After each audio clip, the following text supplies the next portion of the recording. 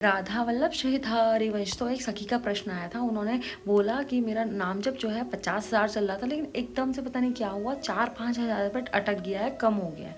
अब मैं क्या करूं, ऐसा क्यों हुआ? पहली बात तो सखी, हर किसी भक्त के जीवन पे ये आता है कि नाम जप कम ज़्यादा होते रहता है, तो हमने कुछ गलतियां कर दी होती हैं। पहली गलती हो सकती है बहुत बड़ा प्रभाव डालती है। गुरुदेव कहते हैं कि अगर हमने भक्त की, संत की निंदा, दोष दृष्टि कर दी है तो ये होगा, और ये जब होगा बहुत बड़ा प्रभाव डालेगा, भजन रुक जाएगा।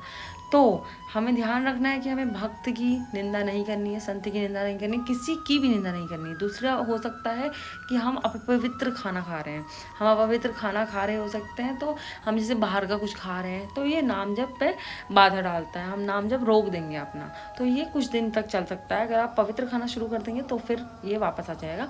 तीसरा ये हो सकता है कि आपके अंदर अहम आ गया है, जैसे आपने 50,000 नाम जप करे तो आपको लग रहा है कि मैंने बहुत नाम जप कर दिया है, अब तो मुझे लग रहा है मैं ही हूँ सब कुछ। अब अहंकार आ गया कि नहीं, अब मेरे से बढ़िया कोई नहीं है। अब आप पुरुष, महापुरुषों की जैसा अपने आप को देखने लग जाओगे कि नहीं नहीं नहीं, मैं तो अच्छा करने लग गया हूँ, लग गई हूँ।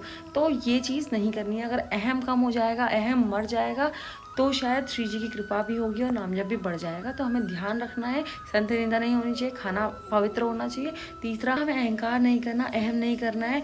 अगर आपका नाम जप भी हो रहा है, आप बोलोगे कि गुरुदेव की कृपा है, ये तो कुछ भी नहीं है, महापुरुषों के हिसाब से हम कुछ भी नहीं कर रहे हैं अभी तक।